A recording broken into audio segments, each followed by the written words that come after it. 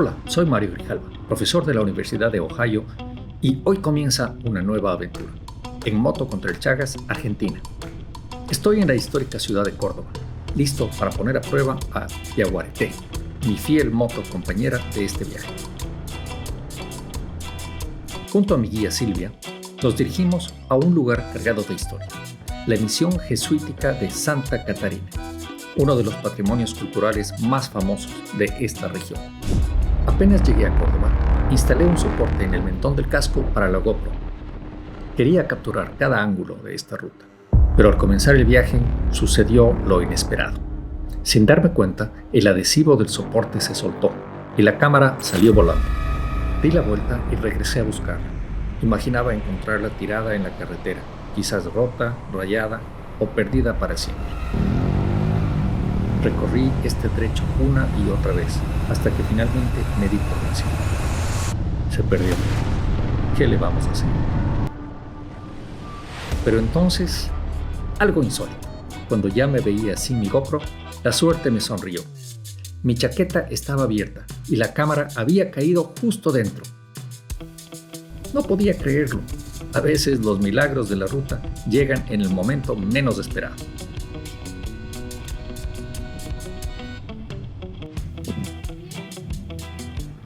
Sí, bien, se me cayó la cámara, pero me cayó aquí.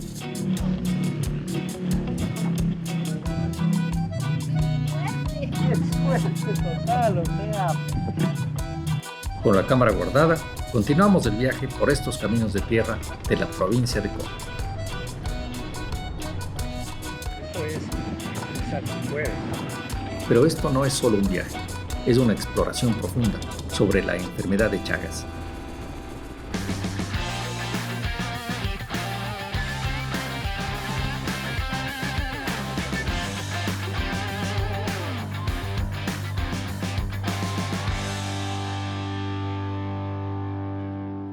Hoy me acompaña un invitado muy especial. Uno de los científicos más reconocidos de América en relación a la enfermedad del Chagas. Cuéntame, ¿quién es David Gorla? Bueno, David Gorla es un personaje complejo, un tipo del interior, nunca fue de la capital, que empezó a estudiar biología allá en la década del 70, época complicada en Argentina. Nos preguntábamos cuál era el rol social del biólogo. Yo descubrí en ese momento la enfermedad de Chagas porque me gustó la entomología y me gustó estudiar insectos y demás. Si me preguntas quién soy, qué hago y qué hice, te diría que fue un tipo que aprendió a comprometerse con problemas de la sociedad. ¿Qué recuerdas de aquellos tiempos donde se iniciaba esta lucha? El control de Triatomys impestans, particularmente en el cono sur de Sudamérica, tiene una larga historia que fue escrita muchas veces. Pero lo cierto es que en esa época hubo una feliz conjunción, diría yo, entre gente del Ministerio de Salud de la Nación, en su momento, con la comunidad académica. Y hubo un trabajo integrado, genial, que cristalizó en un encuentro que además asoció a investigadores de Latinoamérica con algunos europeos y se creó lo que se llamó la red ECLAT, que fue una red de investigadores sobre triatominos en Latinoamérica que apuntaba a dar el soporte técnico a ministerios de salud de países de Sudamérica y de Centroamérica. Eso inició con lo que se llamó la Iniciativa del Cono Sur, allá por el año 1990, y con la coordinación y secretaría de la Organización Panamericana de la Salud hubo un trabajo sistemático con los ministerios de salud de los 6 países del Cono Sur y con el soporte técnico de esta red de investigadores. Hoy es una historia de éxito que aparece en libros de texto. Para nosotros que lo recorrimos fue un aprendizaje fenomenal. Desde Escochinga nos adentramos en un verdadero laberinto de carreteras secundarias de tierra. Cruzamos fincas, pueblitos escondidos, y bajo un cielo azul impresionante, la moto simplemente pide más velocidad. Desde una posición de la academia, pero con las agencias estatales. Uno trabajando desde la academia en forma aislada y puede publicar muchos papers, pero si uno quiere resolver problemas, tiene que trabajar con los que están en el frente de batalla. Y los que están en el frente de batalla son las personas, los técnicos y los mismos políticos de los ministerios de salud. Y los ministerios de salud y las agencias estatales tienen muchísimos problemas por los vaivenes de la política. Y nosotros, desde nuestra posición técnica, tenemos que aprender a trabajar con esas incertidumbres y tratar de apoyar todo lo que ellos puedan hacer, porque finalmente a lo que estamos apuntando es a que la gente viva sin triatominos en su casa. Visualizar eso como meta, más allá de la publicación de los papers.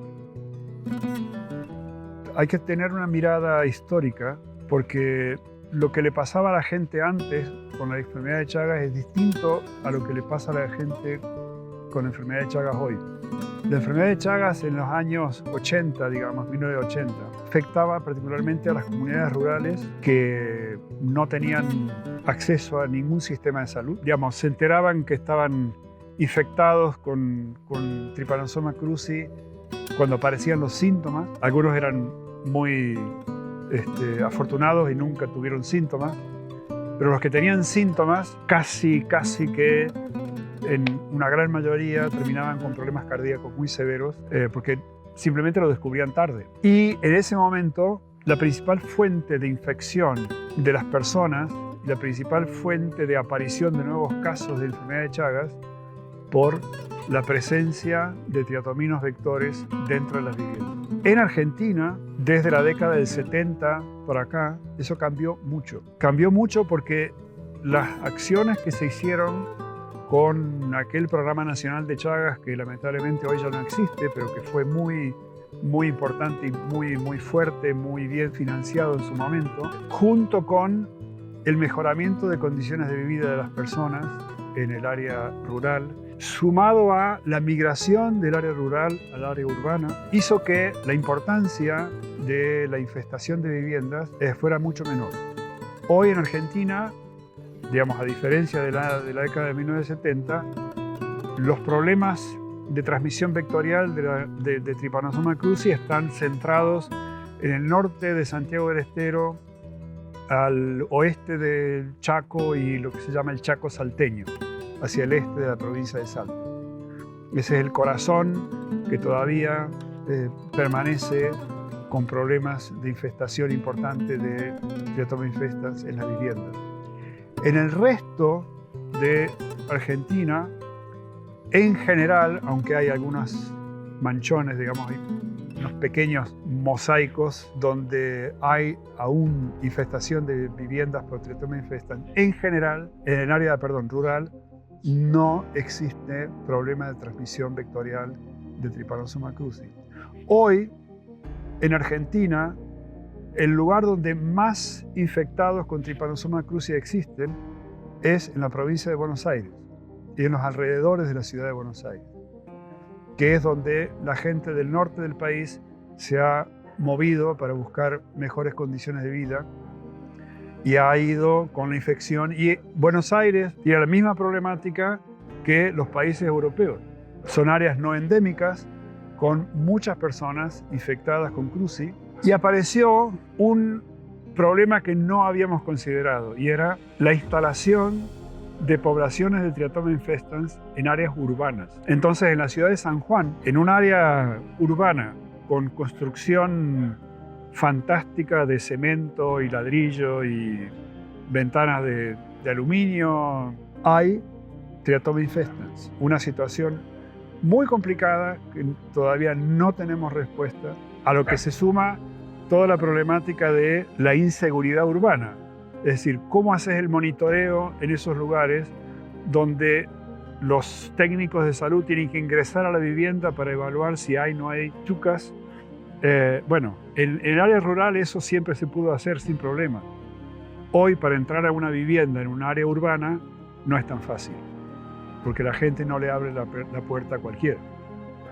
Entonces, digamos que se resolvieron algunos problemas importantes pero aparecieron otros que todavía quedan pendientes. Gracias, David, por ayudarnos a entender cómo se lograron avances gigantes en el control de Chagas. De más de 20 millones de personas afectadas en los años 80 a cerca de 6 millones en la actualidad. Una lucha de décadas con impacto real. Y aquí estamos, la misión jesuítica de Santa Catarina, un testimonio vivo de historia, cultura y resistencia.